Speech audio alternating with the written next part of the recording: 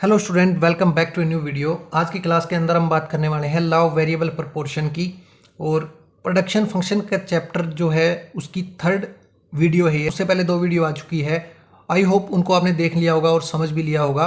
तो आज बात करते हैं लॉ ऑफ वेरिएबल प्रोपोर्शन की, और जिस बच्चे ने भी चैनल को सब्सक्राइब नहीं किया है वो चैनल को सब्सक्राइब जरूर से कर देना। चलिए शुरू करते हैं। लॉ ऑफ वेरिएबल प्रोपोर्शन क्या होता है, डेफिनेशन की बात करते हैं कि घटते बढ़ते अनुपात का नियम वह नियम है जो फिक्स और वेरिएबल फैक्टर के डिफरेंट प्रोपोर्शन में प्रयोग करने के फलस्वरूप कुल उत्पादन में होने वाले परिवर्तनों को प्रकट करता है। कहने का मतलब ये है कि जो दो प्रकार के फैक्टर होते हैं, फिक्स और वेरिएबल जो फैक्टर होते हैं, उनका जब हम डिफरेंट रेशियो के अंदर यूज़ करते हैं, मान लो हमने सबसे पहले प्रोडक्शन स्टार्ट किया तब हमने रेशियो यूज़ किया 1:2, उसके बाद में प्रोडक्शन इंक्रीज़ करने की सोची और हमने रेशियो को बढ़ा के 3:2 कर दिया और फिर 2:2 कर दिया। इस प्रकार से जब हम चेंजेज करते हैं तो इन चेंजेज के फलस्वरूप जो टोटल प्रोडक्शन हमारा होता है उसके अंदर भी चेंजेज आते हैं, और उन चेंजेस को शो कौन करता है? लॉ ऑफ वेरिएबल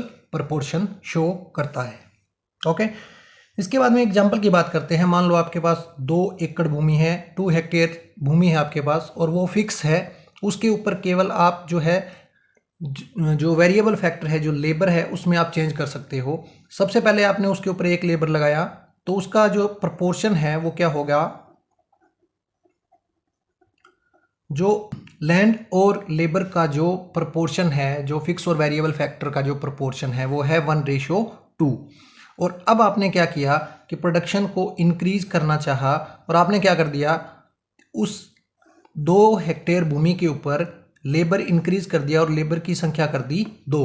तो यहाँ पर जो लैंड और लेबर का जो रेशियो है वो हो गया 2:2, और इसके कारण प्रोडक्शन हमारा बढ़ा। यानी कि ये चीज़ हमें पता किसके जरिए चली? ये हमें पता चला लॉ ऑफ वेरिएबल प्रोपोर्शन के जरिए। ठीक है। दूसरी बात, जो क्लासिकल अर्थशास्त्री है उन्होंने भी लॉ ऑफ वेरिएबल प्रोपोर्शन के विषय में कुछ कहा है। तो उन्होंने क्या कहा है? उन्होंने ये कहा है कि जब हम किसी निश्चित जगह के ऊपर, निश्चित भूमि के ऊपर वेरिएबल फैक्टर को लगातार बढ़ाते रहते हैं प्रोडक्शन बढ़ाने के लिए, तो हमें रिजल्ट जो मिलता है वो कैसा मिलता है? डिमिनिशिंग रिटर्न मिलता है। यानी कि जो हमारे प्रॉफिट होते हैं वो लगातार घटते जाते हैं। और इसी कारण लॉ ऑफ वेरिएबल प्रोपोर्शन के और भी कई नाम हैं। कौन कौन से नाम हैं? घटते सीमांत उत्पादन का नियम, घटते प्रतिफल का नियम जो क्लासिकल इकोनॉमिस्ट ने दिया, इसके अलावा घटते बढ़ते अनुपात का नियम। ठीक है। अब बात करते हैं लॉ ऑफ वेरिएबल प्रोपोर्शन की कुछ अजम्पशन का।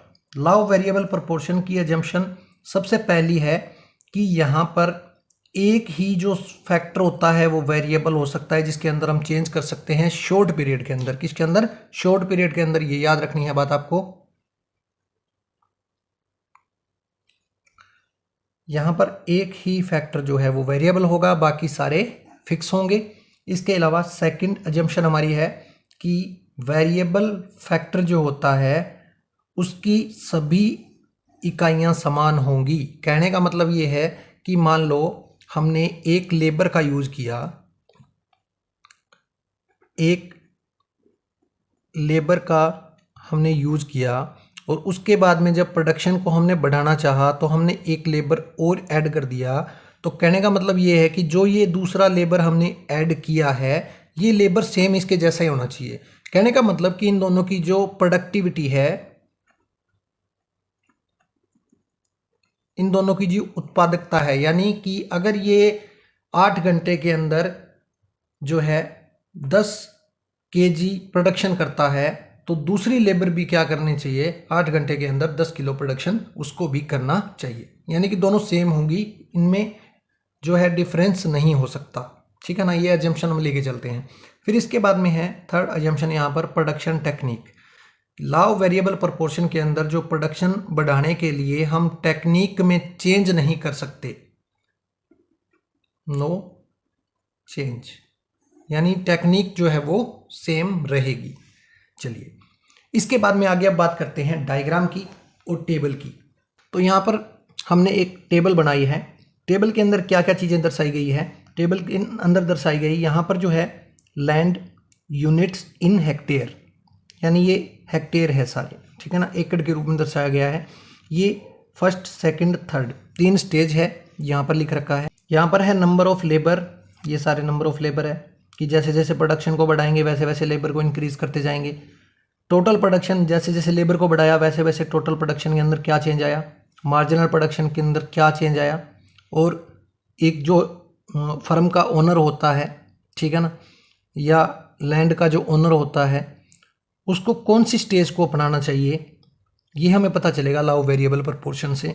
तो चलिए देखते हैं। सबसे पहले यहाँ पर जब हमने फर्स्ट स्टेज के अंदर एक लेबर को लगाया तो प्रोडक्शन हुआ 2 और मार्जिनल प्रोडक्शन भी कितना हुआ 2। इसके बाद में जब लेबर को हमने इंक्रीज कर दिया, यानी यहाँ पर 1 था, एक और लगा दिया, 2 हो गए, तब प्रोडक्शन क्या हो गया, 5 हो गया। यानी कि इस दूसरे बंदे ने कितना प्रोडक्शन किया, इतना किया। अभी तक ठीक चल रहा है कि हमने लेबर को बढ़ाया तो हमें इंक्रीजिंग रिटर्न मिले। एक लेबर और बढ़ाया, प्रोडक्शन और बढ़ गया, इसने पहले वाले से भी ज़्यादा प्रोडक्शन किया, यानी यहाँ तक क्या है, इंक्रीजिंग रिटर्न हमें मिल रहे हैं। यानी कि टोटल प्रोडक्शन इंक्रीज हो रहा है और मार्जिनल प्रोडक्शन भी इंक्रीज हो रहा है। टोटल प्रोडक्शन इंक्रीजिंग रेट से इंक्रीज हो रहा है और मार्जिनल प्रोडक्शन भी इंक्रीज हो रहा है। बात क्लियर। अब आगे बात करते हैं सेकंड स्टेज की। इस स्टेज के अंदर जब हमने एक लेबर और बढ़ा दिया तो प्रोडक्शन और बढ़ गया, लेकिन यहाँ पर पहले वाले से इसने काम कम किया, क्योंकि पहले वाले लेबर ने कितना किया था, इतना काम किया 4, इसने कितना किया 3 किया। यानी कि अब लेबर बढ़ाने से हमारा प्रोडक्शन तो बढ़ा लेकिन मार्जिनल प्रोडक्शन कम हुआ। उसके बाद में फिर एक लेबर और बढ़ाया, प्रोडक्शन बढ़ा, टोटल प्रोडक्शन बढ़ा, मार्जिनल प्रोडक्शन कम हुआ। फिर लेबर बढ़ाया और टोटल प्रोडक्शन फिर बढ़ा। एक टाइम के बाद में टोटल प्रोडक्शन जो है उसमें कोई चेंज नहीं आया और मार्जिनल प्रोडक्शन क्या हो गया, 0 हो गया। तो ये स्टेज हमारे को क्या बताती है, इस स्टेज से हमें पता चलता है कि टोटल प्रोडक्शन स्टार्टिंग में तो बढ़ता है लेकिन वो डिमिनिशिंग रेट से बढ़ता है, ठीक है। और मार्जिनल प्रोडक्शन जो है वो लगातार क्या होता जाता है, डिक्रीज हो रहा है। मार्जिनल प्रोडक्शन डिक्रीज हो रहा है और एक टाइम पे क्या हो जाता है, 0 भी हो जाता है। अगर इस टाइम के बाद में भी हम क्या करेंगे, लेबर को और बढ़ा देंगे, यानी पहले 7 लेबर थे, अब लेबर हमने एक और बढ़ा दिया, इंक्रीज कर दिया लेबर को, तो टोटल प्रोडक्शन हमारा क्या हो गया, डिक्रीज हो गया। यहाँ पर तो फिर भी बढ़ रहा था और एक मैक्सिमम लेवल पर पहुँच गया, ठीक है ना। यहाँ पर मैक्सिमम कहने का मतलब ये है कि जब टोटल प्रोडक्शन मैक्सिमम होता है तो मार्जिनल प्रोडक्शन क्या होता है, 0 होता है। क्लियर बात। यहाँ पर इस लेवल के बाद में भी ये डायग्राम में देखेंगे कि कौन सा लेवल है, वो आपको अच्छे से समझ आएगा डायग्राम में। फिर इसके बाद में जब एक लेबर और बढ़ाया तो क्या हो गया, टोटल प्रोडक्शन हमारा इस स्टेज के अंदर टोटल प्रोडक्शन कम होना शुरू हो गया और मार्जिनल प्रोडक्शन क्या हो गया, नेगेटिव हो गया। तो इस स्टेज में तो आने का सवाल ही पैदा नहीं होता। हाँ, इस स्टेज तक हम प्रोडक्शन कर सकते हैं, कोई दिक्कत नहीं है। अब बात करते हैं डायग्राम की। तो डायग्राम में सबसे पहले देखिए, यहाँ पर हमने वाई एक्सिस के ऊपर लिखा है टोटल प्रोडक्शन और यहाँ पर है फैक्टर, जो वेरिएबल फैक्टर है, जो जिनमें लगातार हम चेंज कर रहे हैं, जो नंबर ऑफ लेबर्स है ना, वो यहाँ पर है। और इनको बढ़ाने से टोटल प्रोडक्शन में कैसा चेंज आया, यानी कि स्टार्टिंग में जो फर्स्ट स्टेज है उसमें क्या हुआ, उसमें इस प्रकार का चेंज आया। ये फर्स्ट स्टेज है हमारी, यहाँ पर इंक्रीजिंग रिटर्न मिले हमारे को, क्या मिले यहाँ पे, इंक्रीजिंग रिटर्न मिले।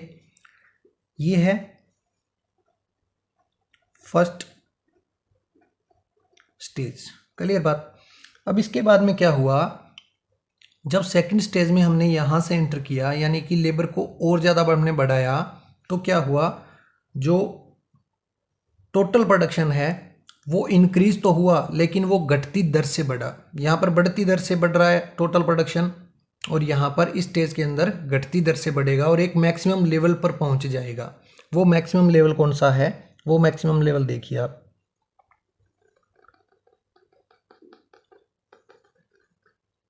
ये वो मैक्सिमम लेवल है जहाँ पर जो टोटल प्रोडक्शन हमारा कितना है, ये वाला है 15। टोटल प्रोडक्शन कितना है? 15। ये एक मैक्सिमम लेवल है, ठीक है ना। और ये जो पॉइंट है, इस पॉइंट को क्या बोलते हैं? इस पॉइंट को बोलते हैं पॉइंट ऑफ इन्फ्लेक्शन, यानी परिवर्तन का बिंदु। परिवर्तन हुआ है ना, यहाँ पे परिवर्तन क्या हुआ है? यहाँ तक क्या है? बढ़ते रिटर्न मिल रहे थे, यहाँ पर फिर घटती दर से रिटर्न मिलने लगे। और इस पॉइंट के बाद में क्या हुआ? जो थर्ड स्टेज है हमारी, वहाँ पर क्या हुआ? टोटल प्रोडक्शन वहाँ पर डिक्रीज होने लगा, कम होने लगा, घटने लगा। ये हमारी थर्ड स्टेज है, ठीक है। और ये सेकंड स्टेज है। अब बात करते हैं मार्जिनल प्रोडक्टिविटी की, कि फर्स्ट स्टेज के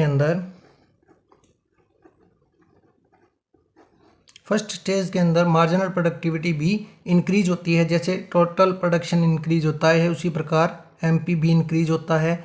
और जहाँ पर पॉइंट ऑफ इन्फ्लेक्शन था, चेंज था पॉइंट, जहाँ जिस पॉइंट के बाद में टोटल प्रोडक्शन घटती दर से बढ़ने लगा था, उस पॉइंट पे मार्जिनल प्रोडक्शन क्या है? नीचे गिरने लग जाता है, घटने लग जाता है।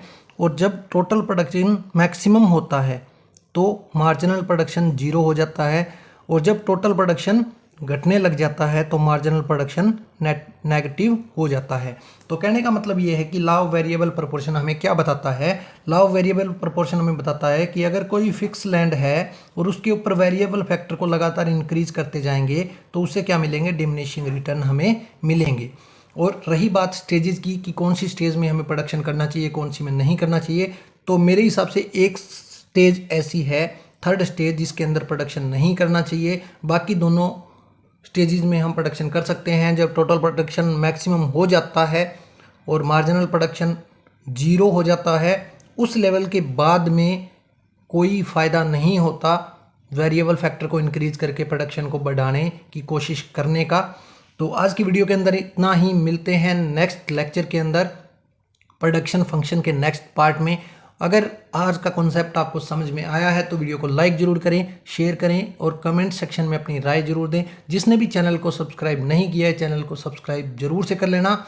मिलते हैं नेक्स्ट पार्ट के अंदर। Thanks for watching. Bye student.